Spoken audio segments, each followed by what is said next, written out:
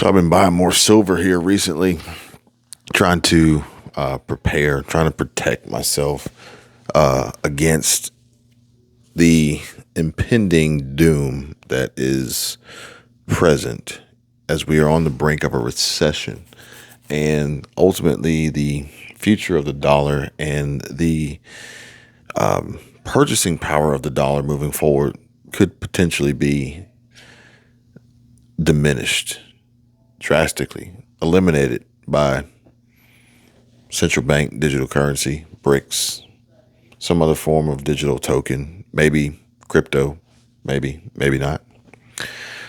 But also realizing that, of the finite resources that are available, particularly when it comes to hard assets and precious metals, that this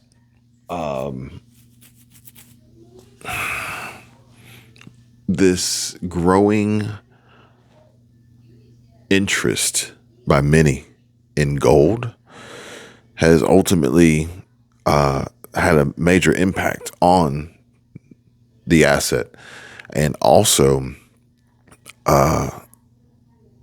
has created somewhat of a stopgap with silver. And, this is junk silver included. I do believe that we're potentially likely to see another wave of shortages and empty shelves this year, 2023, with recent reports of grocery stores closing down, and also Walmart, which we have to realize that Walmart is technically a grocery store, the supercenter grocery section. And additionally, we have the issues at hand with the climate change and intense winter weather, as well as drought in other countries that we rely on for imports when it comes to food and food supplies, the food that our food needs to make more food. If that makes sense. So I do see these shortages coming. I do see the empty shelves coming. I do see higher prices coming. I do see a recession coming. I do see a period of time where people will be almost in a extreme panic-like state as they're trying to, almost like running around with chickens with their heads cut off, trying to figure out what to do next, because they haven't necessarily been paying attention to the warning signs and are not ready for what is happening and what has hit them when it does. Unfortunately, I don't think that we're going to get the warning beforehand. I think it's going to be a matter of fact. It's going to be a more of a we're running out of this, we're running out of that. There's no more milk, there's no more eggs, there's no more chicken, there's no more dry goods, there's no more pasta, there's no more cooking oil, whatever it may be. You know what we went through last year. Not to say that we are going to run out, but to say, oh yeah, as a matter of fact, it's all gone. Because ultimately, people, businesses, corporations, companies, they're focused on profit over people. And alarming the masses of a potential problem could only have one outcome: a drop in share prices. So people over, or profit over people, really. Therefore, they don't want to tell you that a problem is coming. They want to wait until the absolute last minute. Maybe they can avoid this problem. They can avert it. But if they can't, then it's like, oh yeah, sorry. Yeah, we're out. Oh yeah, and the price is higher too. Crazy times, but almost par for the course. History repeats itself more rapidly, quicker than ever before, as we just experienced this just a few months ago. And I would assume that more than likely, with the current administration still in office, we're probably likely to experience a similar outcome this spring, this summer. maybe even this fall, maybe even longer. We did get the announcement that we will see Grandpa attempting to execute on a two-peat for a consecutive term. I don't know if we can handle that. I think that if that were the case, I would probably be looking to spend the next 4 years as a looking to exercise my ability to maintain dual citizenship, as I will potentially be looking to leave this country. Not looking forward to that. Not looking forward to that at all. But I can't necessarily say that whatever alternative we would receive in exchange would be any better. But we'll just have to cross that bridge when we get to it. It's a little bit of a fluid situation. Fluid. Just last week, at least 3 people that I know of lost their jobs unexpectedly. Not like they knew it was happening, they knew it was coming, or layoff announcements. No, they just got fired. They were terminated. Probably wrongfully terminated, but in a right-to-work state. Have fun. Good luck arguing that. Meanwhile, you got to get back to work. And if you want to fight it, it's just going to cost you time, money, energy, effort. It'll drain you of whatever little bit you have left, as the rest of the world and the events that are happening are doing a pretty good job of doing that on their own by wiping people out left and right. There's light at the end of the tunnel, potentially. I shared with you guys some videos recently, today, yesterday, day before. I hope you guys checked them out. Very, very insightful, useful information, ways of which people can potentially weather the storms. I don't know if you guys are seeing them. I think my videos, my content, my channel is being suppressed. I don't know, maybe I'm sharing too much information, maybe too much truth. But regardless, many folks of all age groups are really starting to panic, starting to worry, starting to realize that, there is no recovery. There is no Calvary. There is no back to normal. And the new normal, it won't be back to normal. It's just a new normal. The new normal is expensive. Very, very expensive. I think a taco, the average price of a taco is like $6 for a taco. Can you believe that? I remember you go to Taco Bell, you can get taco for like 59 cents. And if you wanted Supreme, it was like 79 cents. And they didn't charge you extra for sauce or napkins or service, which, interestingly enough, come to find out that some of these bartenders here charge what's called a neat charge. And for those of you who are not aware, when you order Buffalo Trace, when you order Woodford Reserve, when you order Bullet, when you order Blanton's, when you order bourbon, whiskey, neat, they literally take a glass and a bottle of bourbon, and then they pour that bourbon into said glass, and they serve it to you. And that's it. And they charge a neat charge. They literally charge you for not getting ice. They literally charge you for pouring liquid into a glass, which is fine. I get it. Okay. Everybody's trying to find a way to recoup that little bit of extra money here and there, nickel and dime everybody to death. But at the end of the day, all that means is that I then have to charge someone else more for whatever service, products, or both that I sell to recoup that. And this can continuously gets kicked down the road.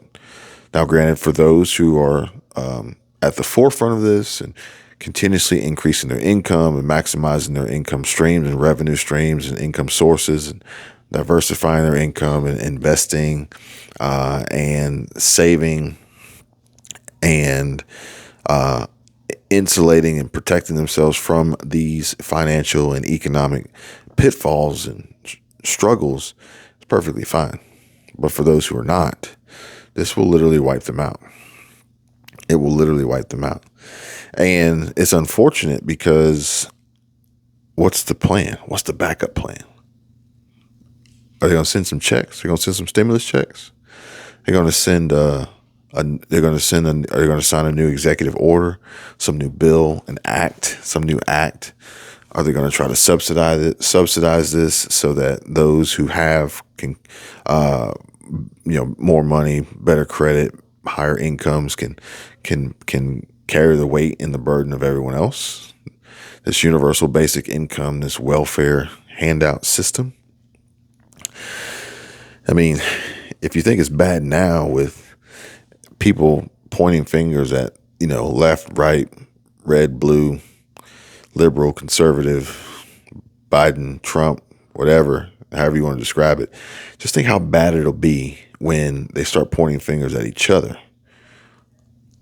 pointing fingers at people in line at the grocery store, pointing fingers at people at the Dollar Tree, pointing fingers at people who shop at Whole Foods or Costco or Publix or Fresh Market, for the simple fact that now I can identify relatively easily who you potentially are, and almost estimate and calculate your social credit score. That then in turn determines whether or not I have to pay to carry your weight.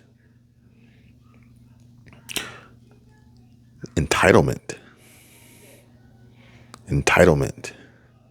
Maybe this is part of what Tucker Carlson was getting at, where Fox News decided that they wanted to silence him before he shared too much with too many people about what the true intentions are, what the World Economic Forum elites have in store planned. He mentioned a generation of castration. That would be terrible. But really, truly, when you think about it, how do they accomplish their goal of reducing the population? Maybe it's easier. Maybe it's simpler than we ever once thought. Sure, maybe Bill Gates, maybe BlackRock, maybe Blackstone, maybe even some of these railroad companies, obviously government officials, politicians, lawmakers, legislation. Where does it start? Where does it stop? And where do you fit in? Do you fit in? Do you go unnoticed? Do you fly under the radar? Keep your head down. Move silently. Work in silence quietly and let your success do the talking. Because, honestly, really and truly, besides investing in silver, there's really no other asset out there. Maybe crypto. What do you guys think? Crypto? There's no other asset out there that I would really want to dive into. So therefore, my investment strategy is going to be precious metals, hard assets, and my business, myself, what I can control for the most part. What you're seeing here recently, that it's a little bit uncontrollable, really, when you think about it. What message are you trying to deliver? What product, what service are you trying to offer? And how does it align with the overall push of what they want, what they're after, the end game, the end goal, the ultimate idea of what we all should want, do, have, pursue,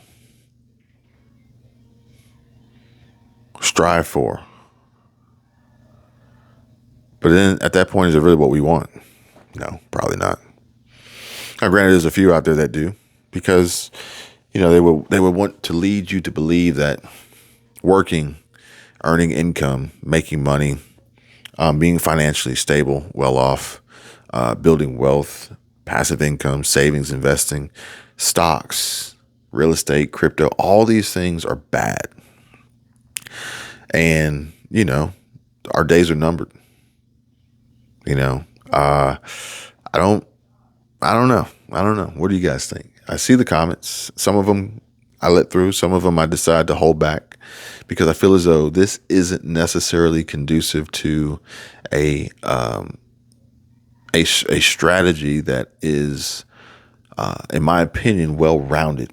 In obviously making sure that you can survive, but also making sure that hey, you know, be a good person. You know, don't only work to live or live to work, but help other people along the way. Help your family, help future generations, help yourself. You got to have fun, right?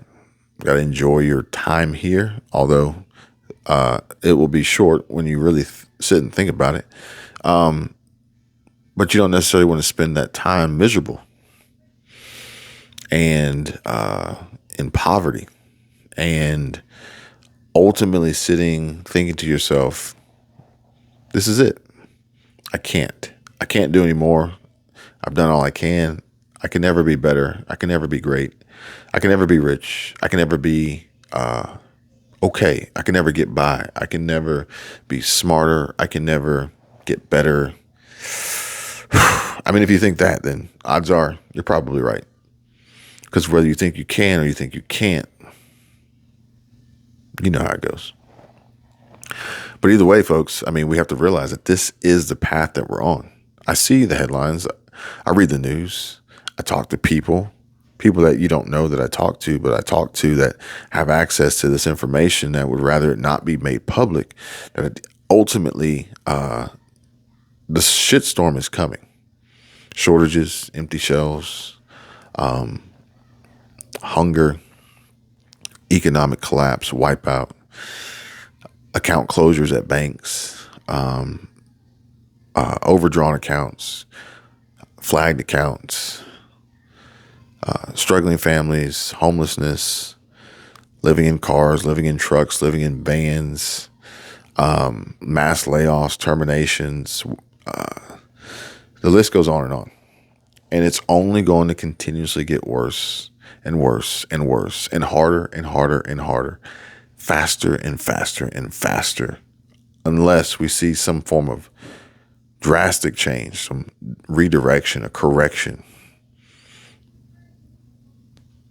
But odds are we're not on that path right now. And if you think we are, then by all means, please feel free to share in your opinion and perhaps maybe even some supporting documents and facts that could prove that. But we're barreling down a hill towards a cliff for which we will ultimately, by those who have forced us down this path, like to see us fall off that cliff to our demise, or at the very least be injured, crippled, and left for dead, hoping, begging, pleading, praying for their help, a handout, so that in turn that they can then control us. Because ultimately that's what has to happen. I mean, you got to think like with AI taking over, I've even seen now that AI and artificial intelligence is going to begin replacing healthcare, those in the healthcare industry, and doing surgeries now. The machines don't need to earn an income. The machines don't need to eat. The machines don't need really a place to live, but they're taking all the jobs and ultimately the income, the pay. So for the people that are left to try to scrounge up any scraps that may be left, they still have to eat. They still have to pay bills. They still have, basic expenses to cover. How are they going to do that? How are they going to do that? There's a variety of different ways, but it's going to take effort, hard work, determination. You're going to have to be motivated, self-motivated. You're going to have to hold yourself accountable. You're going to have to do some things that you may not necessarily want to do, but at the end of the day, if you want to survive this shit show, this shit sandwich, this dumpster fire that we're in, I mean, you kind of got to do what you got to do, right?